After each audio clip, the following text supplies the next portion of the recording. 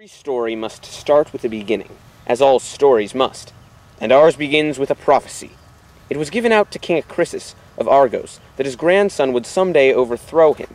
In a jealous rage, consumed with fury and enough anger to fill several small bread boxes, he cast his only daughter, Dana, into a box to keep her as far away from childbirth as my left hand is from my right hand when I hold them out like this. Or this. It's further apart this way. But father! Hey!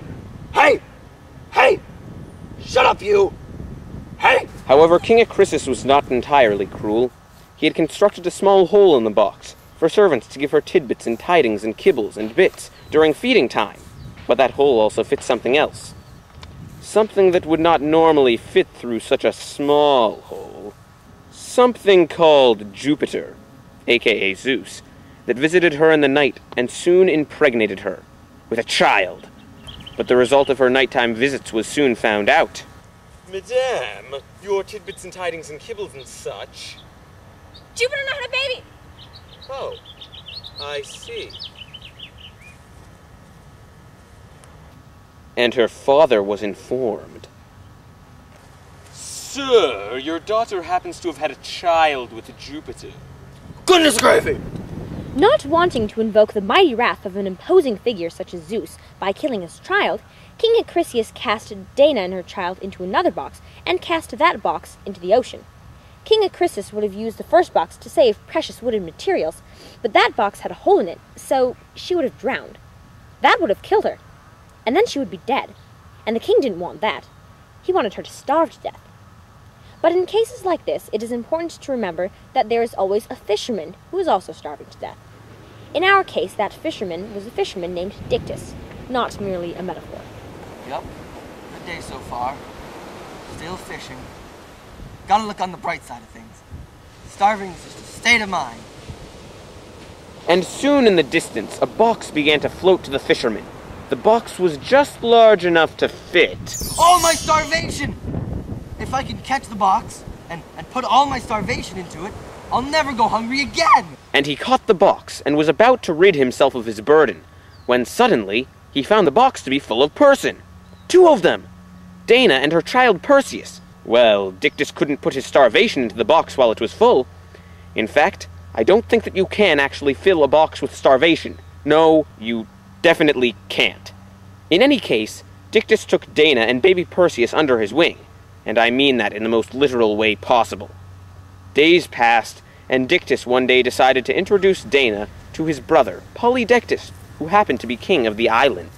Wow! Your brother's house certainly is exquisite. And it's made entirely out of diamond. I must say it's quite a work of art. Well, thank you. I made it myself. You did? You must have been hard at work. The architecture looks so complicated. No, the diamonds. I made the diamonds. What? Well, here he comes. Ah, Dictys, pleasure seeing you here. Oh, Polydectes, always a joy. And who might this be? This is Dana. Hi, your brother rescued Shut up, me. you're really hot and I can't enjoy looking at you while you're talking. Do you have any idea how insensitive that is? Yes, but that doesn't matter because I am the king of something. Much time passed, and Dana still did not feel for Polydectes. But, being a king of something, Polydectes thought he deserved his way. So, he came up with a plan. Dana has a child named Perseus, and she loves him very much. One might say she loves him with all her heart. That means that she can't love anything else, because she's using up all of her heart to love him. So, if I eliminate Perseus from the picture, she can't love him. Then she will have love to give to me. Brilliant! Simply brilliant! So Polydectes decided to eliminate Perseus by banishing him from the island. But he did not want to make it seem like he was sending Perseus away himself. So, he did the only logical thing and arranged to hold a banquet in which all guests must bring a horse. But Polydectes wanted Perseus to bring a very special horse. Ah, Perseus, come here, my dear boy. Yes? What is it? You know that banquet I'm holding? Oh, the horse one? Yeah, I heard about it. Yes, well, I'm thinking you're a very special person, and as such, you should bring a very special horse. And by that, I mean you should bring the Medusa's head. Now that's a very special horse. Oh, well, that doesn't sound dangerous or anything. Or like I would die. Sure! Good.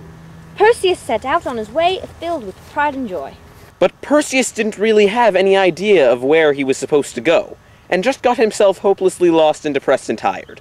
Fortunately for Perseus, Hermes and Athena felt sorry for him and guided him to the Graiai, 3 really, really old hags who shared between them 1 eye and 1 tooth, and who knew the way to the Medusa.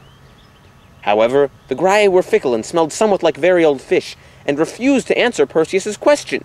So, Perseus stole the eye and tooth from the Graiai, and would not give it back until he got the information for which he had come, because every